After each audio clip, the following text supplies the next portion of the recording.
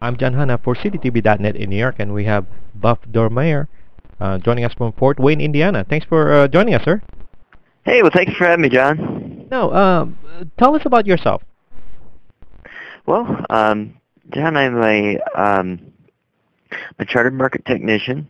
My area of expertise is in volume analysis. Matter of fact, I delve very deeply into that subject, and I'm breaking new grounds in this type of or that type of analysis. Okay, and well, let's talk about your book now. hmm Tell us about Sure, your that'd book. be The great.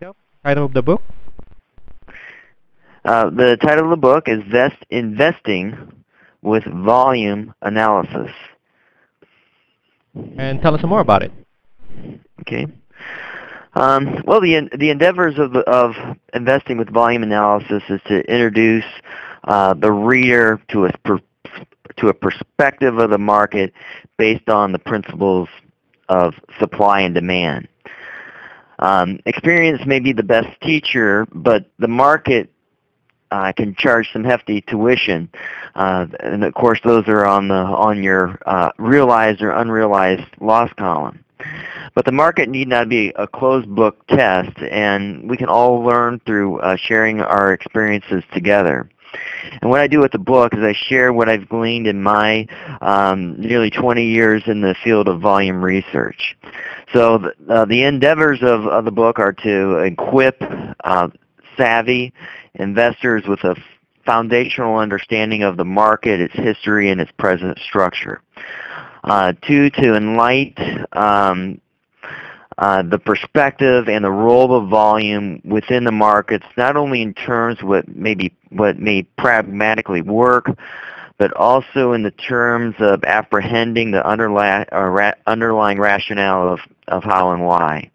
We're going to review many of the traditional volume indicators, but I'm also introducing some groundbreaking methodologies. And finally, I'm going to illustrate some strategies, volume-based strategy to how to assess risk, engage the market, similar to that of like a GPS device. Okay. Now, within your book, how many years of data that you've talked about in the book? Well, actually, I do a lot of back testing, and actually, there's one editorial error. Probably one of the biggest pieces of the book is a decade of research, and I think it's only presented as 1 year, but it's actually a decade. But I do several different tests. Traditionally, I use right around 2,000 trading days, which is about 7 years. And then in some other more expansive tests, I'm looking over 10-year periods of time. Okay, so when you're looking at the volume analysis now, that let's say, for example, with regards to the market that we have recently, the wild swings. I mean, then we would go into a weekend, long weekend, and there's going to be less volume, but the market will be swinging wildly. What are your thoughts hmm about those kind of situations? I mean, there's less volume, but hmm there's wild duration.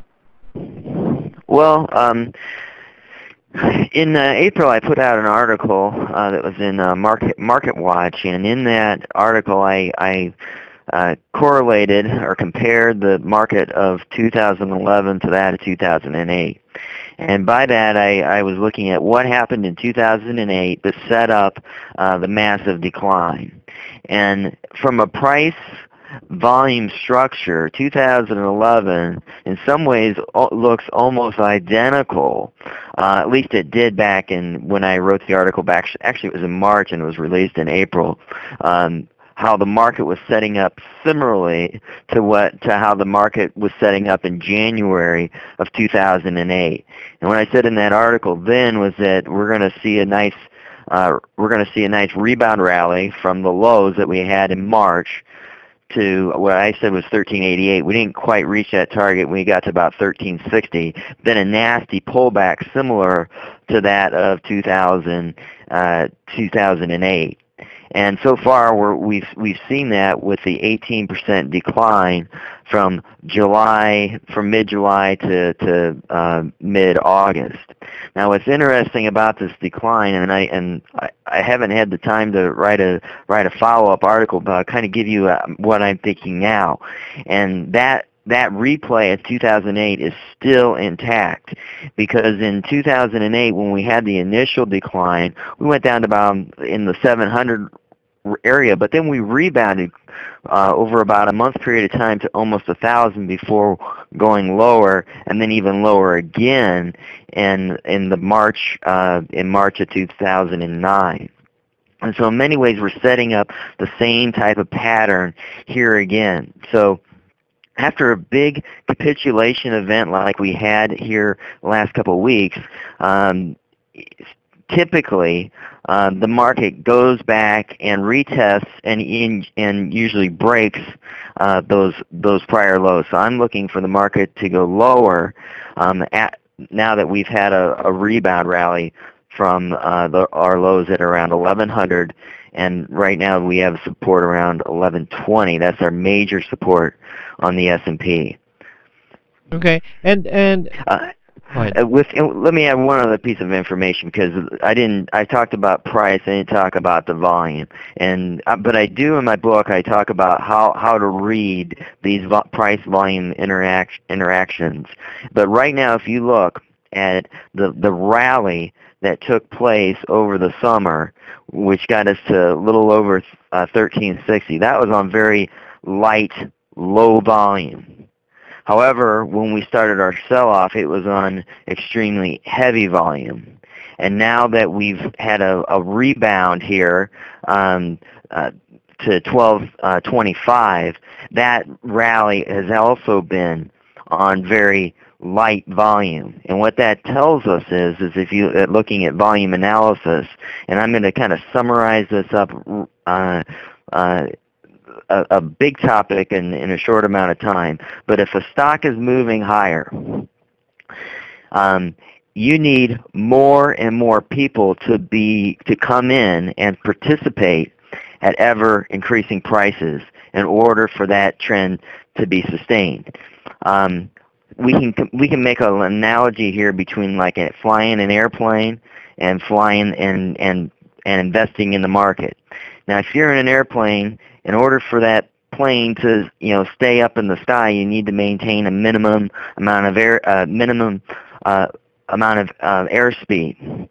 Now, in order for you to to go higher, you have to do two things. You have to, one, change the trajectory of the angle of ascent, and two, you have to add thrust. Similar thing with a market trend. If you're going to have a market trend move higher, you have to have a similar amount of thrust in order for that market to maintain itself. And that thrust is volume. Volume is a fuel. More people coming in, supplying bids to push the market higher. That's what we need for an uptrend to be sustained. You've done your time, you've done your research, you've done your due diligence, and you've set your buy with a particular stock using volume analysis and all that. Now, when aside from the volume itself, is it dependent on the person for how long that they would hold the stock? Oh, it definitely is. Investors have their own time frames that some people are long-term investors, and they're going to hold an investment for a long time. But that doesn't mean that they shouldn't look at the volume, because because if there's there's investors that before the financial crisis that said they would never sell Citigroup or Bank of America or National City, and and they got it handed to them. So you have to have a risk management discipline, even if you're a long-term a buy and hold person. But you can use volume analysis on any on any time frame. It's just you change the data. For instance, if I was more of a swing trader, I would look at daily data. If I was more of an intermediate term investor looking for trends that were over a few years, I would look at weekly data. And if I was a long-term investor with the intention of buying a stock and maybe never even selling it, I would look at more of monthly data on my volume flows. Okay, now where can people reach you or find you? My website's volumeanalysis.com. Do you do consultancy work or? I do a variety of different types of work. Yes, but I have to. For the purpose of this interview, I'm speaking from my perspective of being the president of volumeanalysis.com. When did the book come out, and who is it published by? Okay, the publisher is FT Press, which is the Financial Times. It's the Financial Times, which is an imprint of Pearson Publishing, which is the largest publisher of educational books in the U.S. Nice. And the book is available on Amazon, and the book came out when? It came out in April, and it's widely available. Awesome. Again, Amazon.com. Yeah, that's certainly probably the most prevalent place. I still have so many other questions. I do want you to come. Well, we'll do it again. We'll do it definitely.